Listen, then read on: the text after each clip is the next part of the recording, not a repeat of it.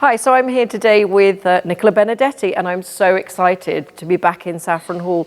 We haven't actually been here since December, and it's now the end of February, and it's very strange but very great to be back. And I'm really pleased that you are the first person back in the hall, because you have such a long history with Saffron Hall. I mean, I say long, obviously Saffron Hall is not actually that old, it's only about 6 years old, but you have been a constant feature for us throughout Saffron Hall's history. And I just wonder if you could tell us what you enjoy about Saffron Hall, about coming here and about playing here. Well, it's true, definitely, what you've just said. And I sort of feel like even just the journey here is like, oh, I'm going to my, my second home. Everything about the whole routine is so familiar. I'd actually be really interested to count how many times I've played here since the first time, but it'll be plentiful anyway, and all sorts of different types of programs, from Brahms violin concerto to quite a number of Baroque things, recitals, trios, solo, unaccompanied violin. Well, in fact, you did your first unaccompanied violin recital here, didn't you? I think I did. I also think, I might be wrong, that you did your first ever concert on Gut Strings here, or certainly your first tour. I think it was the first tour. Yeah, I don't recall the very first. Yeah, but the first UK tour, I think, with Gut Strings. Yeah. So a lot of firsts, and knowing you so well over the years, and having done several substantial education projects very early on in the relationship with this hall, obviously you interact with and meet and get to know people on a totally different level when there's that back and forth and a lot of chat, not just a sort of one-way presentation, and yeah, just that relationship is just one of a kind of homely feeling. And as much as the audience, person by person, will of course be different every time, there's a familiarity to the collective energy that they give that feels also like coming back to somewhere. I have that feeling a lot in Scotland, of course, but here's kind of next. Next on your list. We try very hard to root everything we do in the community, and I think it really has taken hold here, and the community have really supported the hall, and they've really taken a clutch of artists to their hearts, and you being one of them. So it's great that you feel that. Oh, absolutely. Yeah, I'm very grateful for it. So we're delighted that you're here today to do this stream. We're also really happy that we can put it out for free, because hopefully that makes it accessible to a huge number of people. We're doing a donation ask with this for 3 charities, and one is Saffron Hall, and for our learning and participation and community work. The other 2 charities were your choice, and the first one is your own foundation, the Benedetti Foundation. Perhaps you could tell me a bit about the foundation and what they've been doing, because I think that's one of the things that you've kept yourself very busy with during lockdown, is it not? Yes, I wouldn't necessarily say more so than before lockdown. It's just the most intense workload, but obviously is a labour of love. And we did a huge amount of activity and of work probably about a month after lockdown began. It took me a while to gather my thoughts and try to come up with what would be the best plan, but you see so much need, and from a familial perspective and personal perspective, an educational perspective of all stages and ages, people who are just starting out, or people who play an instrument as a hobby and are coming back to it aged 85, and then from the youngest of kids to those who are trying to take music very seriously and studying and wanting and relying on that sense of progression. And we all know anybody who's tried to play an instrument at all, knows that you have to have that daily recurring dedication that is can be demotivating and can be difficult and can be something that actually you don't always feel like doing, and you strip away all of the infrastructure and impetus that makes you continue doing it, and suddenly that thing that's already challenging becomes 10 times more challenging. So for anyone of any age to have some sort of regularity and a sense of momentum and simply goals to work towards, we've really tried to provide that. And what's been incredible, which I'm sure you've seen here too, in a sense, is that the minute something exists on a screen, yes, there are some things that shrink, but there are some things that open out, and some barriers that just suddenly don't exist anymore. Yeah. We have seen that, yeah.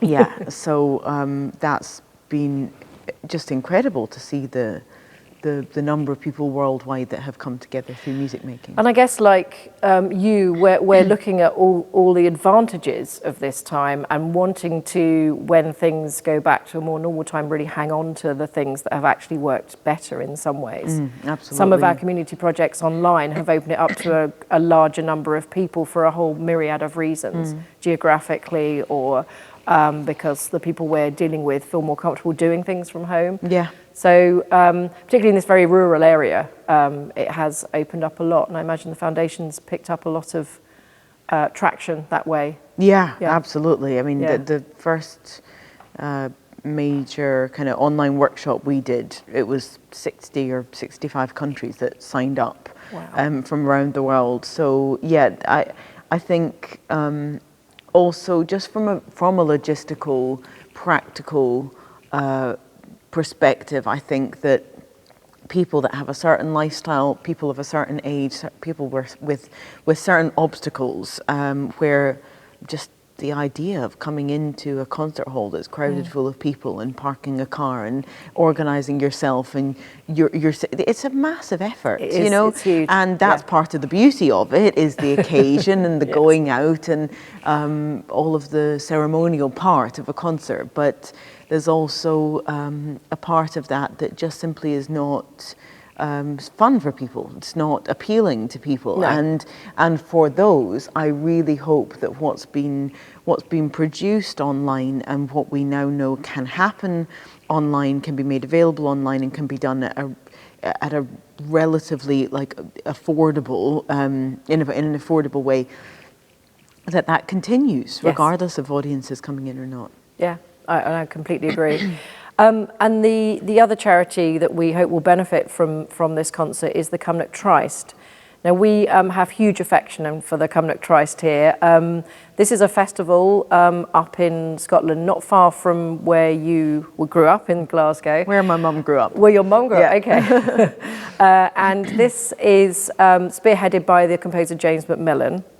And he has started a wonderful festival in Cumnock, which is really regenerating the area. And one of the things he's managed to achieve there is that in the rebuilding of a number of schools in Cumnock, they are building a concert hall at the heart of the new super school that they're building in Cumnock, which is a little bit modelled on Saffron Hall, in fact. Not literally, but the idea of it is modelled on that. And sadly, the opening of that hall has been stalled by the pandemic, but I'm hoping that they will get their first concerts in there this year, which will be very exciting. And I believe you are the president of Cumnock Tryst. Yes.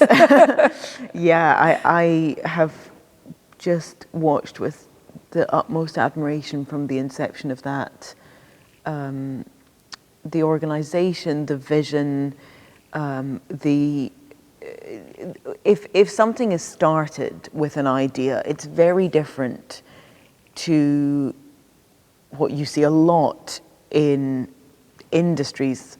I should call it an industry like classical music, which has such a long tradition, where organisations start with a certain objective and then with the times have to try to mould, to change, to become more inclusive, to have many different facets that serve and prioritise a true reflection of community. And it's very difficult for those organisations to do that. And it's an entirely different setup to the likes of Cumnock Tryst, which was founded on those principles, and therefore will always be truly, absolutely, thoroughly, with integrity, embedded in the community. There's nothing about it that's lip service or box ticking. And you know, Jimmy's heart is so absolutely devotedly in the right place, and the work that he's done is just phenomenal. And my family are still in Ayrshire,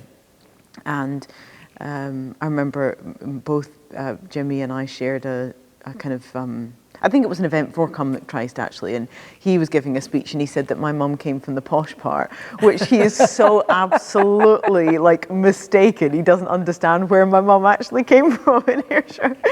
Oh, my mum walked like 9 miles to and from school every day. Right. But the point being that there's such a how many